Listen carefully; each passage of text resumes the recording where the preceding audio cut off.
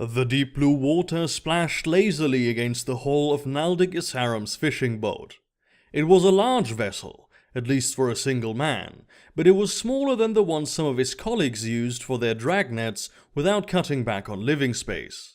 A man who calls the ocean his home should make himself comfortable there had always been his motto, and sailing a boat of lively orange-hued totara wood was the most comfortable he'd ever been.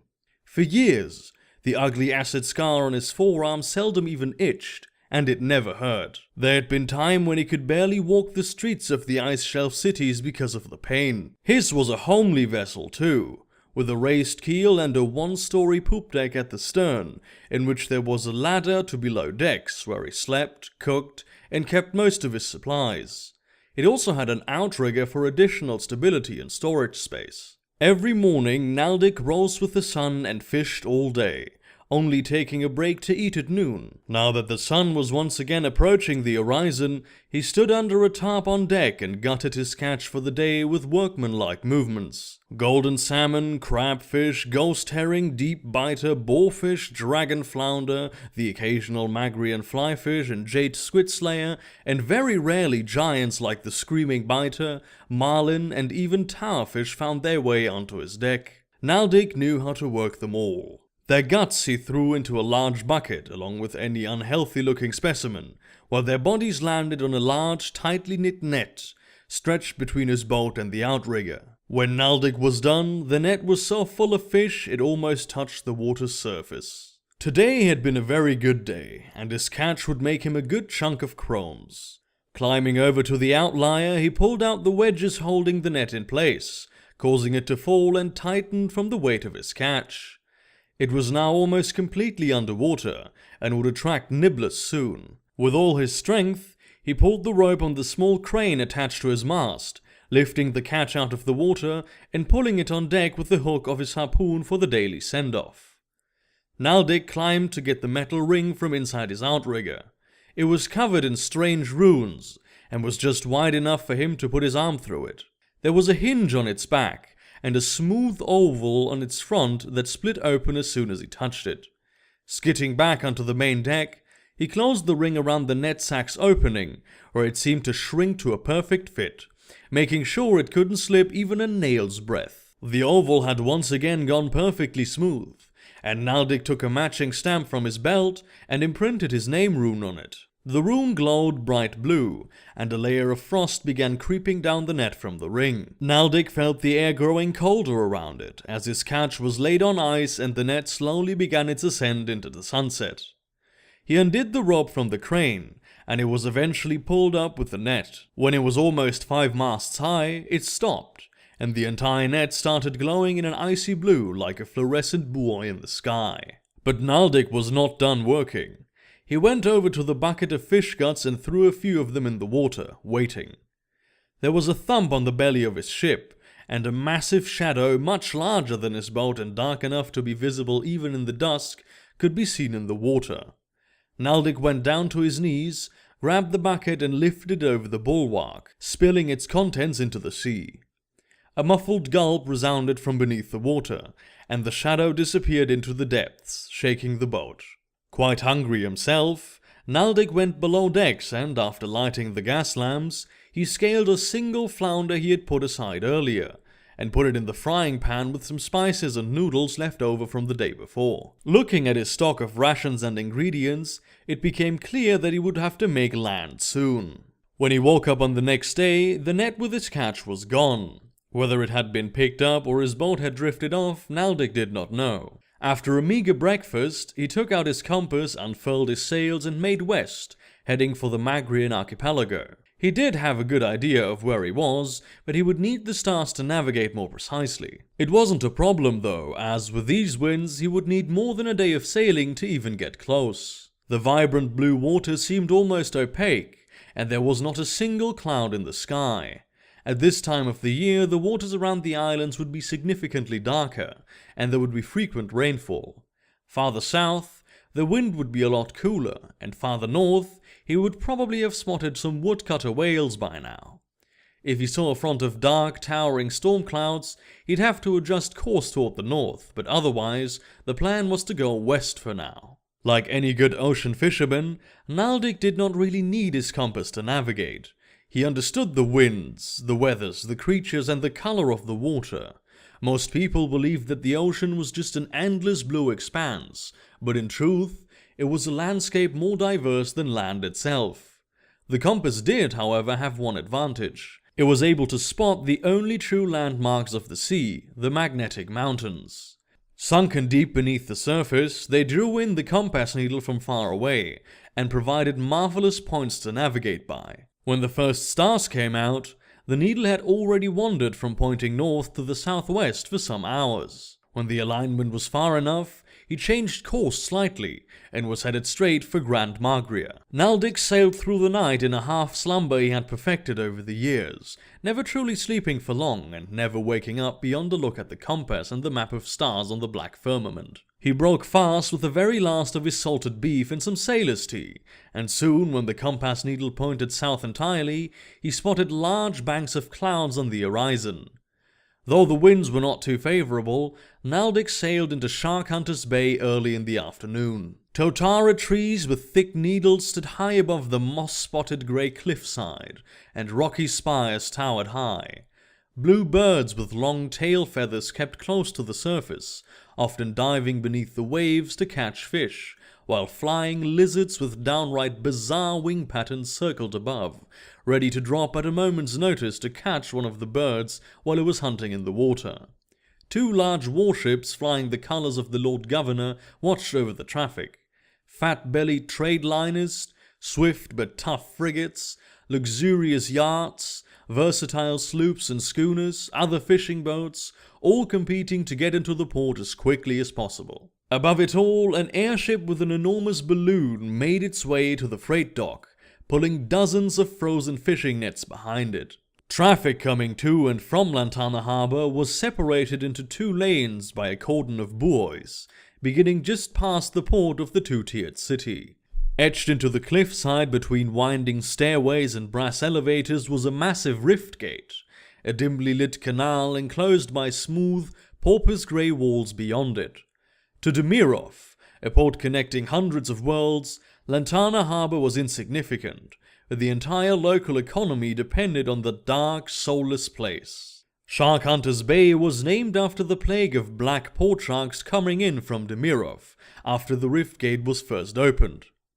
A lot of them still came through, and shark hunters employed by the Lord Governor could be found everywhere, striking their enormous harpoons into the water every time they saw a shadow. Naldik moored his boat at a small dock in the outer harbor reserved for fishermen like himself, and paid with Demirov currency. The thumb-sized concave chrome chips had replaced local coinage, and money changers still profited big off traders coming from the ice shelf cities in the south. His stomach growling, he passed the shining rapier, but decided he would collect his pay before eating. Through cobbled streets and over wooden bridges, he went to the local office of the Magrian Fishing Company, a white brick edifice built into the rock face. It had an elevator coming out of the top, connecting it to the larger offices in the upper city, but Naldik did not need to go up there. This was the place where fishermen got paid for their work. He made his way through the dark and cavernous entry hall, smooth columns of brown marble flanking the way to the reception desk, and fancy wooden carvings of sea monsters lied about the fact that most people entering this building were smelly sailors and freelancing fishermen. A voice called out his name from the darkness between the columns. Komar Kovarov, one of the clerks, recognized Naldik and bid him into his office. "It's been another month, hasn't it?" said Kovarov, sitting down behind a tar-black desk. The room was not very big, with walls of large, coarse bricks and a wooden floor. The sounds of the bustling port came in through the open window. "You know, most people go out there for a week, maybe 2. What drives you to stay away from civilization as long as you do?" "I like the solitude," was Naldik's answer. Kovarov nodded, fumbling around in his filing cabinet. He pulled out a binder with Naldik's name on it, opened it, and drew in air sharply. He lifted his head and gave Naldik a concerned look. "It would seem you only made 2 catches over the past month, my friend." "I make a catch almost every day," Naldik insisted. "I know, but there are only 2 catches here." Kovarov took 2 sheets of paper out and laid them on his desk. Both were tables listing fish types, amounts, and sizes, with a column breaking down the final payout values. There was also a small note for a bonus payment, seeing as the fish had already been gutted. Naldik scratched the scar on his forearm. "I want to believe you, Naldik. You're a very proficient fisherman. But the binder doesn't lie.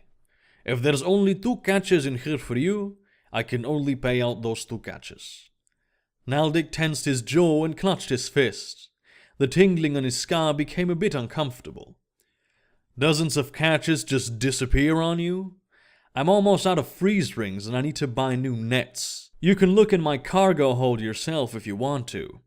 "Well, Naldik, that's the problem. Those rings are expensive, and you're only renting them from us. A veteran like you can lose 1, maybe 2, but if you're almost out..." Kovarov flipped through more pages in Naldik's binder. "That'll be a lot more than you've made with these 2 catches, my friend. And when I say a lot, that's exactly what I mean." "Someone's been stealing my catches," said Naldik. "How about that?" Kovarov shook his head. "That's impossible. Once your stamp is on the ring, it's sealed until they open it at the loading dock, where they create a catch manifest which they send to me. Nobody else can crack a ring, nor can the stamp be changed.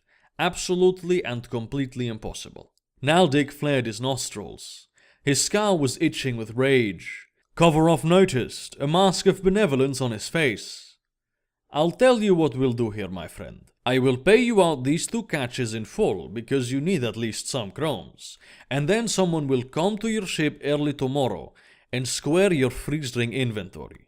He scribbled something on his notepad. "I'll write off 2 of the lost rings, but you'll still owe the company a lot of money, so I'll fight for you with the higher-ups. I don't know how you managed to lose all of those rings, or what happened since the last time you came here, my friend, but you have proven yourself a very trustworthy man in the past, so I assume none of this happened through any fault of your own." Kovarov stamped "paid" on both of the manifests in big red letters, and produced the key to his safe.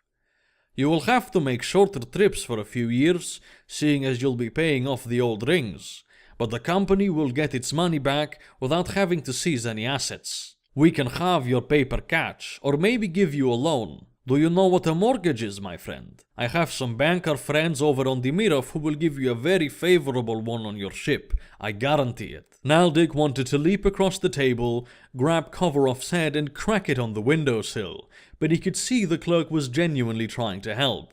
Whatever was behind this, he hoped it would be resolved soon. "Send your man," he said, rising from his chair, "and give me my money."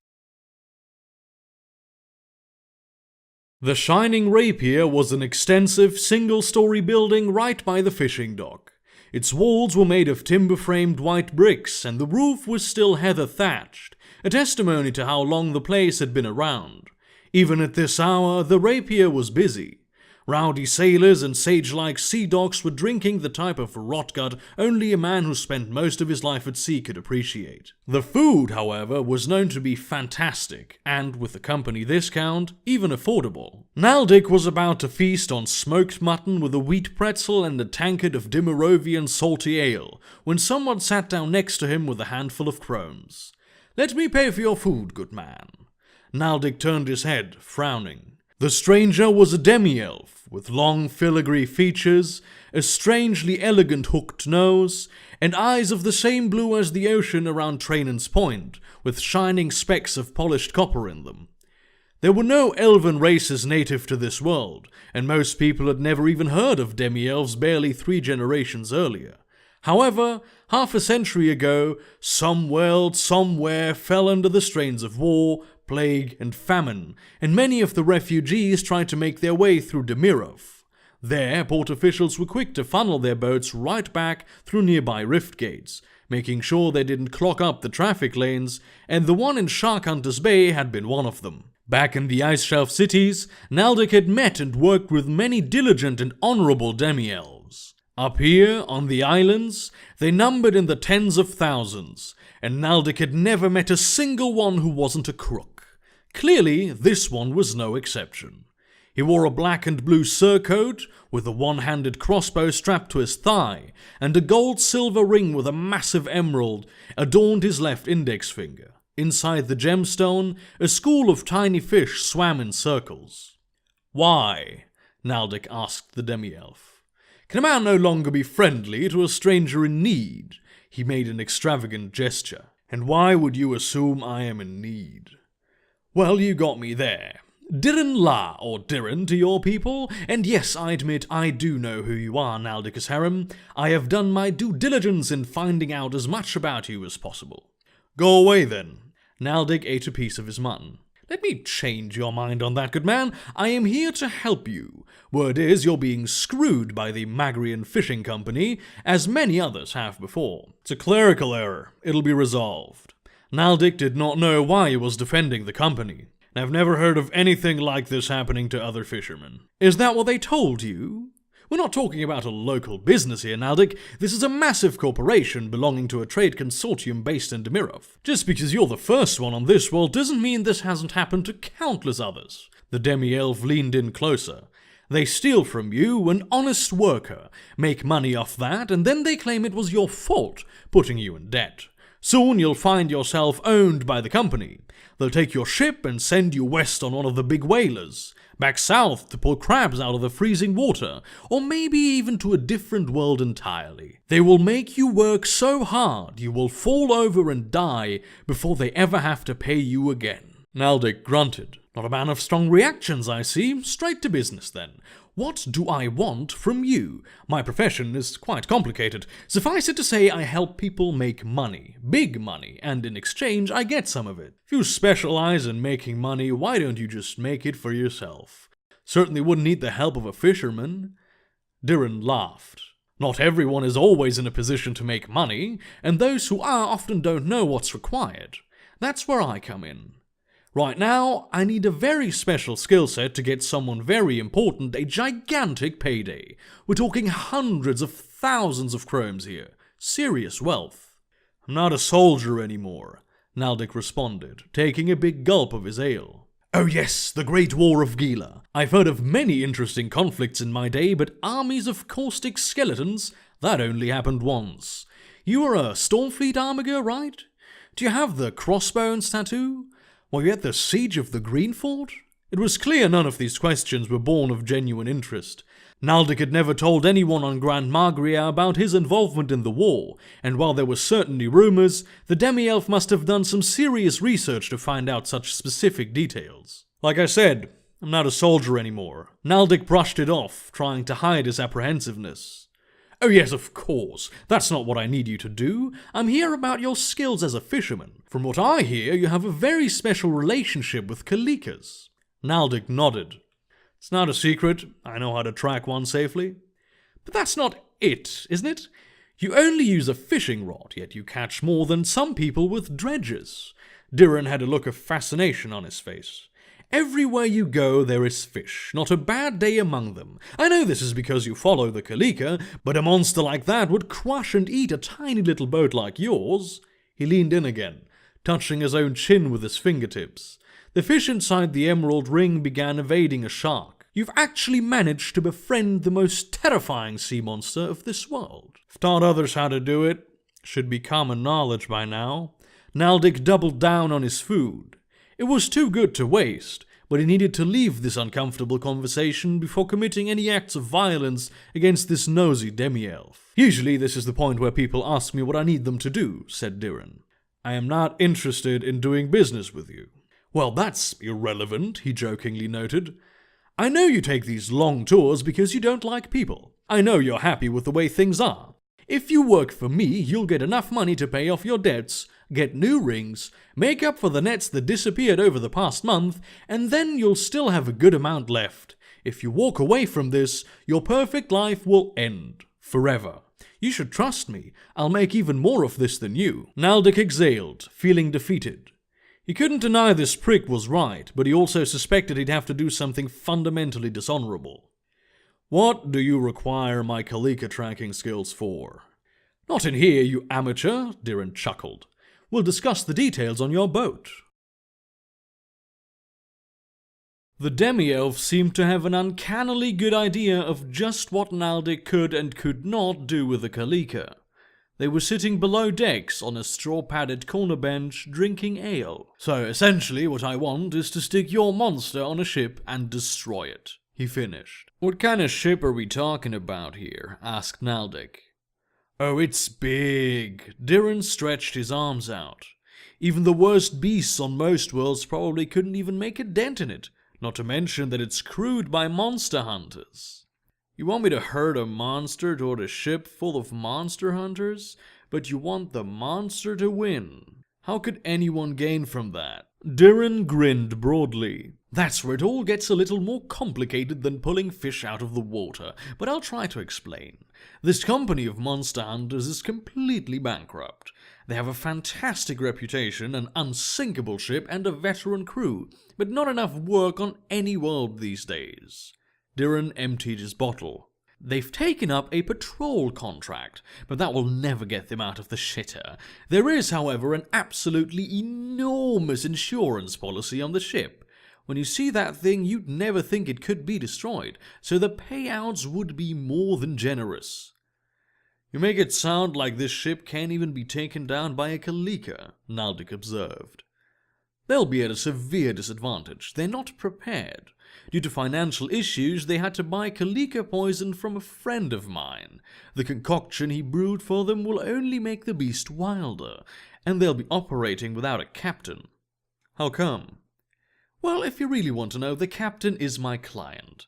He will be the one benefiting. His ship is currently at sea, but he came back here for negotiations officially. Instead of ever really finishing those, he'll point us the right way, receive the terrible news that his magnificent vessel has been sunk, and retire to a small castle somewhere in the mountains of his homeworld." "A captain who not only abandons his men but sends them into certain death. That's despicable." It angered Naldic, but he wasn't surprised. "Is it though? The alternative is to lose more and more money, sell the ship at a bad price, and pay out copious amounts to his crew as they abandon him instead. Eventually he'll become just another impoverished monster hunter, living on a boat not much bigger than yours, with others who are just as old, weak, and disillusioned with life.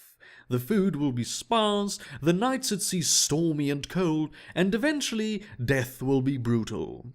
There's no glory in being swallowed by a kraken." Naldic grunted, but said nothing more.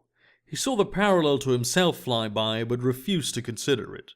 He wasn't betraying his own crew. He was defending himself against the intangible powers of a gigantic organization. These monster hunters were not his comrades, and only comrades were sacred. "I need to buy some supplies. Food, a lot of it." "Oh, the target isn't too far away. We should be able to get by with what you have on board." "The food is not for me. It's for my friend." Naldic wasn't too keen on Diran traveling the sea with him, but the demi-elf had insisted on it, and it turned out he wasn't entirely useless on deck. He even paid for the food meant for the Kalika. Kovarov's inspector had come by early in the morning and assessed the damage, and thereby the debt, to be 17,000 chromes, an amount Naldic would never be able to work off. He tried not to think about what he would be doing with Diran, shouting down the doubts whenever they resonated within his skull. If there was one thing he learned in the war, it was that a man had to be ready to do terrible things to serve himself and his comrades. Even if he wished to back out now, he'd already agreed to sell his services to the demi-elf, and it would be dishonorable to go back on his contract. Diran had brought a document setting Naldic's final payment at 20,000, which meant he would be able to overhaul his boat's rigging. The sail had a few holes and tears in it, and some of the ropes had worn uncomfortably thin. If he wanted to make good catches around White Cape this summer, his ship would need to be able to survive a storm or two. With Diran as a lookout on the main mast, Naldic navigated back to where he last left the Kalika, carried by the most favorable winds he'd seen in months. The monster's secret was not necessarily that it was able to track schools of fish well, but that it herded several of them together and kept them around. How they did it, nobody knew, but it gave them the choice of where to be, and Naldic's Kalika always remained around the same area he'd left it for a few days. Finding it again would require him to pace its regular routes and listen to the sounds below the waves at night, and that could take a significant amount of time. Diren, who seemed to be at least on somewhat of a schedule, did not need to know that. Doubting the demi-elf's ability to spot fish under the water several leagues away, Naldic often climbed up the mast himself. It did end up being Diren who not only spotted the fish, but the Kalika itself. It was only one of the razor-sharp spikes half out of the water, but the demi-elf tensed up nonetheless. It amused Naldic to see him struggle to maintain his confidence and bravado. The tales of Kalika's terrified sailors even on other worlds, and a man born and raised on the Margrian archipelago must have heard them as scary bedside stories from an early age. Encountering one in the wild was a scenario he must have played out in his head often as a child and after. Carefully, Naldic navigated around the beast in a wide circle, throwing leeks overboard here and there so it would recognize him. It was definitely his own Kalika, otherwise they would be dead already. But now was the time to prepare a gift to earn its hospitality. Naldic filled his large cast-iron cauldron up halfway with seawater and began throwing things he had bought on the island in it. Reef crabs, lemons, leftover minced beef, kale, chestnuts, a bucketful of bugs, oats, garden berries, a whole dead chicken, a bundle of rats, a bottle of cheap wine, hard cheese, and, as seasoning, finely powdered iron shrapnel. This massive, disgusting meal was the secret ingredient to Naldic's friendship with the Kalika. Yes, the creature hunted fish all day, but there were certain nutrients it only got in very low amounts out here in the ocean, and his cauldron was filled with exactly those. After throwing a whole bundle of leeks into the water, a black ring of teeth once again appeared around Naldic's boat. He could hear Diren inhale sharply and step back from the railing, but the demi-elf remained quiet and did not panic. Naldic heaved the contents of the cauldron overboard and watched them sink into the Kalika's mouth. The ring of teeth slowly contracted onto the surface, scraping lightly along the hull of his ship, until the beast dove down for a moment before emerging again. Only one of its 4 eyes, protected by thick, greenish-red plates, broke through the waterline. It was larger than Naldic's entire torso, shimmering gold with a pupil blacker than obsidian, framed by an almost fluorescent blue ring. Capillaries pulsated through it like the net of red thunderbolts, and, at the edges of the iris, there was a thin rim of pine green visible, which made up most of the eyeball in its socket. There was no emotion in the Kalika's gaze. It was friends with Naldic, certainly, but there was no love between them. It was a mutually beneficial relationship. The beast kept him around because he didn't take a significant amount of its vast schools of fish, because he provided an additional meal for no effort each day, and because he regularly brought a valuable cocktail of rare nutrients. Kalika's was smart, and this one especially understood that it had more to gain by keeping Naldic around as a partner rather than as dinner. "How do you plan on sending that thing anywhere?" asked Diren, still petrified after the Kalika was once again underwater. "By creating a trail of cow's blood, spiking it with leeks, and preparing another gift in a few days to keep it interested," Naldic answered. "And you're sure that'll work?" "I've done it before to help it find a lone hunchback whale traveling too far south. It would have died anyway, so I decided to gift it." Diren simply nodded. A sly cutthroat, involved in schemes spanning worlds, intimidated by the true power and cruelty of the ocean. It put a grin on Naldic's face. The demi-elf urged him to make way for the monster hunters as quickly as possible, but they had to travel at the Kalika's desired pace. There were 10 bottles of cow's blood below decks, and an entire barrel of leeks that had already begun going bad. The gifts given to the beast were expensive. Every night, Naldic threw a piece of salted mutton overboard, and in the morning, when they set sail again, he emptied half a bottle of blood into the water, with the other half going at noon. It took 5 days for them to find the monster hunters, and they did so by pure coincidence. They were not in the spot Diren had described, presumably because they had begun worrying about their captain, and set a course back to Grand Magria. A day later and they would have passed them by completely, the entire plan blown over. Diran describing the Monster Hunter's ship as big was more than just an understatement.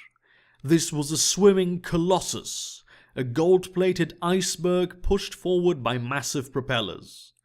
It was longer than an entire fleet of Naldic's ship in a row, stretching over 5 decks and broad enough to have a busy marketplace on.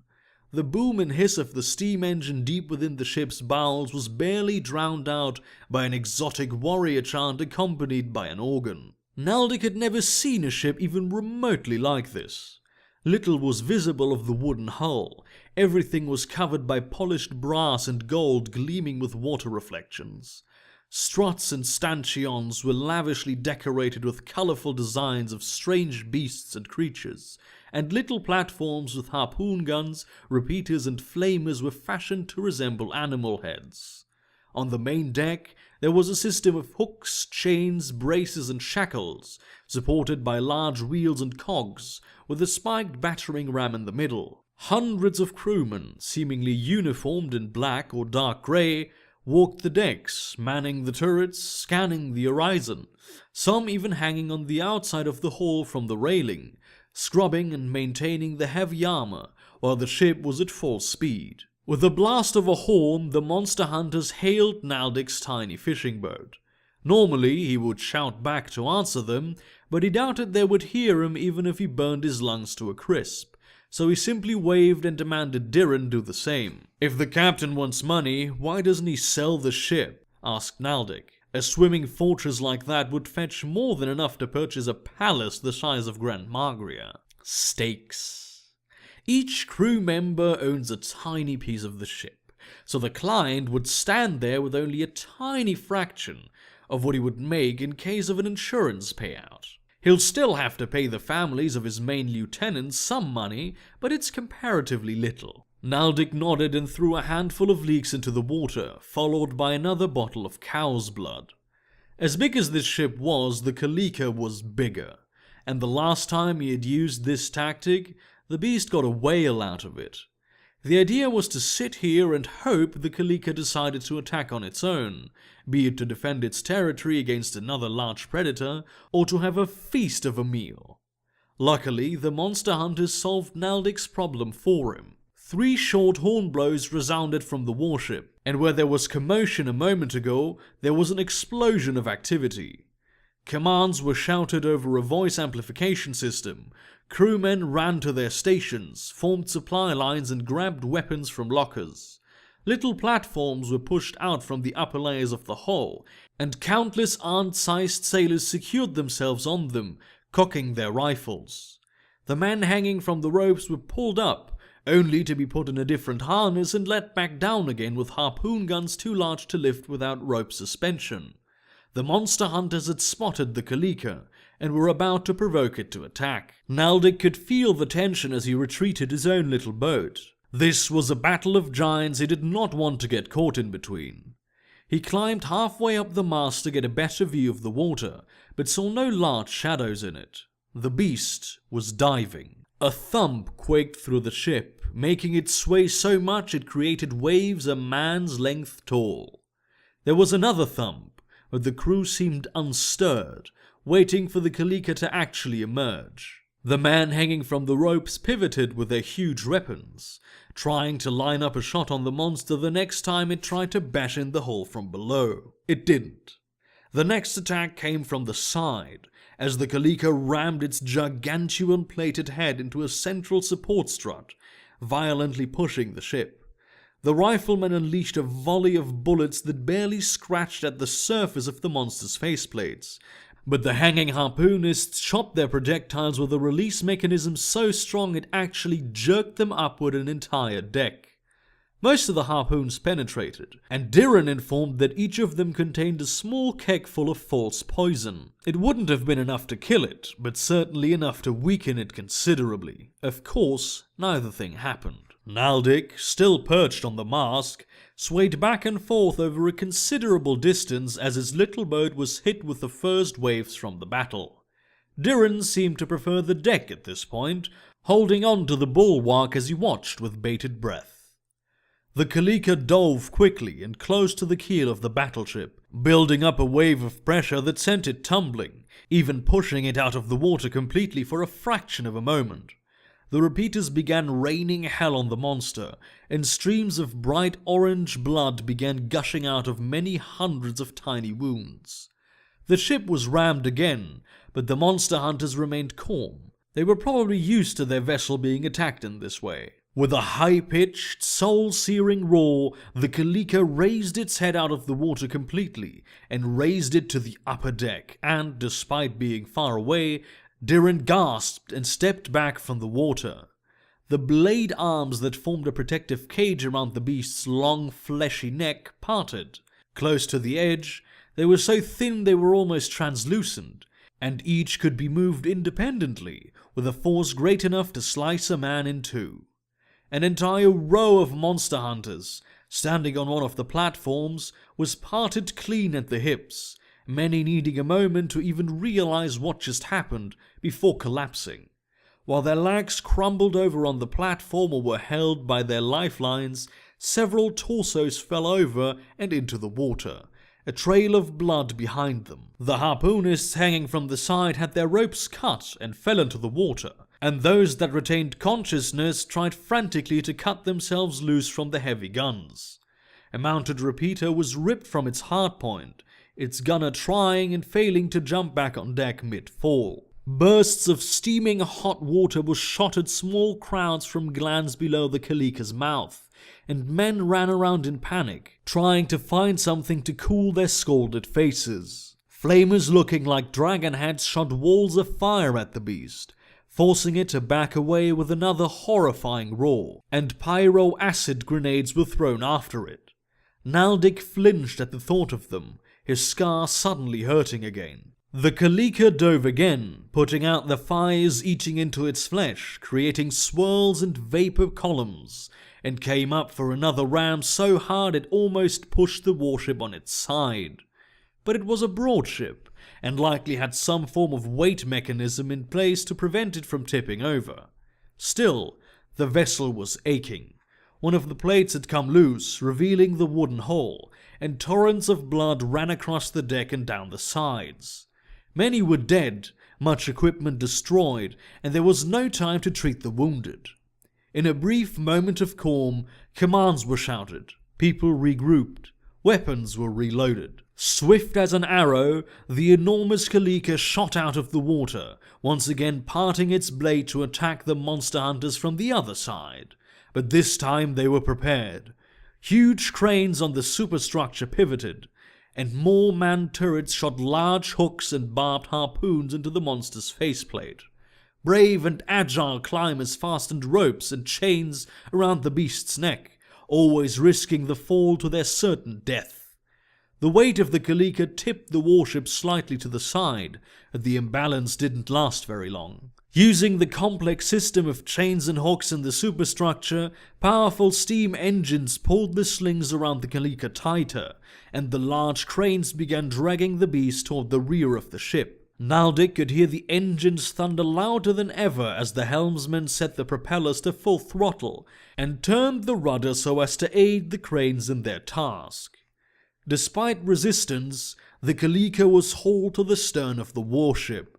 The neck blades still cut and hammered around the deck, but rarely hit anyone. Clusters of hollow needles with tubes attached to them were shot into the monster's neck and began funneling more false poison into its system. Engines and manpower dragged the Kalika's head on deck completely, its neck going overboard and almost down to the waterline. It was obvious the beast was trying to avoid the propellers from slicing it, but that wasn't the true danger.